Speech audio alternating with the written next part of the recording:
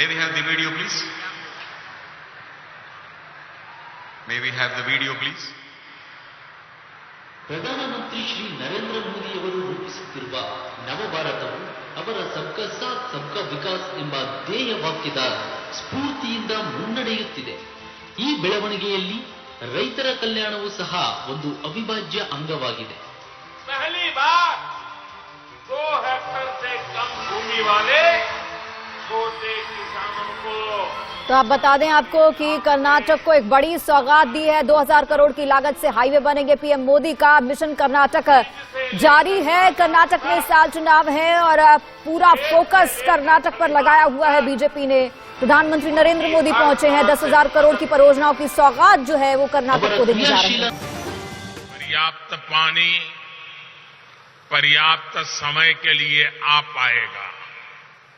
साथियों, आज देश में पर ड्रॉप मोर क्रॉप पर, माइक्रो इरिगेशन पर अभूतपूर्व बल दिया जा रहा है।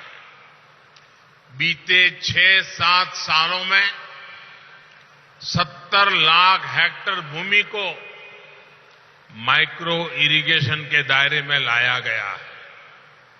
कर्नाटका में भी इसको लेकर के बहुत अच्छा काम हुआ है। आज कर्नाटका में माइक्रो इरिगेशन से जुड़े जिन प्रोजेक्ट्स पर काम चल रहा है उससे 5 लाख हेक्टेयर भूमि को लाभ होगा। डबल इंजन सरकार भूजल के स्तर को ऊपर उठाने के लिए भी बड़े स्तर पर काम कर रही है। अटल भूजल योजना हो, अमृत सरोवर अभियान के तहत हर जिले में 75 तालाब बनाने की योजना हो, या फिर कर्नाटका सरकार की अपनी योजनाएं, इससे जल स्तर बनाए रखने में मदद मिलेगी। भाइयों और बहनों, डबल इंजन सरकार कैसे काम कर रही है इसका बेहतरीन उदाहरण जल जीवन मिशन में भी दिखता है।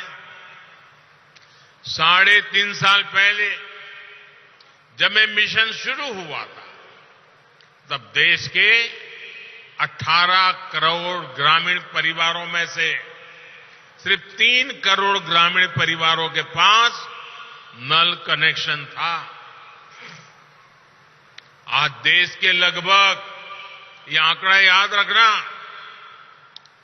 हम जब सरकार में आए थे तब 3 करोड़ घरों में, आज देश के लगभग 11 करोड़ ग्रामीण परिवारों के घरों में नल से जल आने लगा है। यानी हमारी सरकार ने देश में 8 करोड़ नए ग्रामीण परिवारों तक पाइप से पानी पहुंचाया है और इसमें कर्नाटका के भी 35 लाख ग्रामीण परिवार शामिल हैं। मुझे खुशी है कि यादगीर और रायचूर में हर घर जल की कवरेज कर्नाटका और देश की कुल औसत से भी अधिक है। और जब नल से जल घर में पहुंचता है ना, तो माताएं बहनें मोदी को भरपूर आशीर्वाद देती है। हर दिन जब पानी आता है, मोदी के लिए उनके आशीर्वाद बहने शुरू हो जाते हैं। आज जिस योजना का शिलान्यास हुआ है उससे यादगीर में घर घर नल से जल पहुंचाने के लक्ष्य को और गति मिलेगी। जल जीवन मिशन का एक और लाभ मैं आपके सामने रखना चाहता हूं।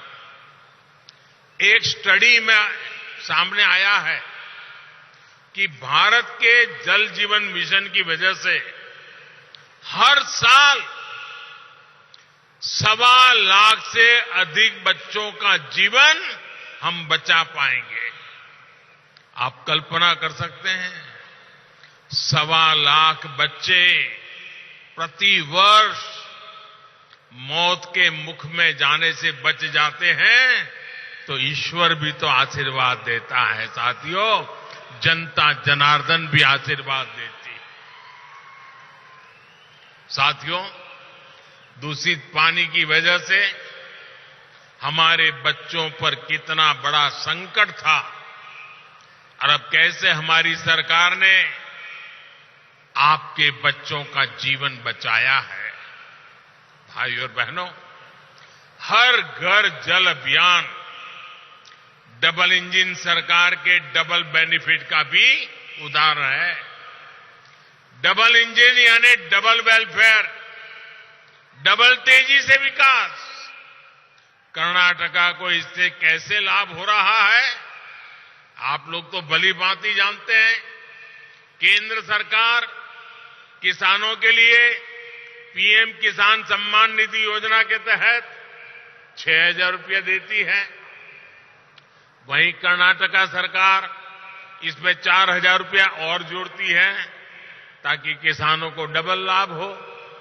यहां यादगिर के भी लगभग 1.25 लाख किसान परिवारों को भी पीएम किसान सम्मान निधि के लगभग 250 करोड़ रुपए मिल चुके हैं।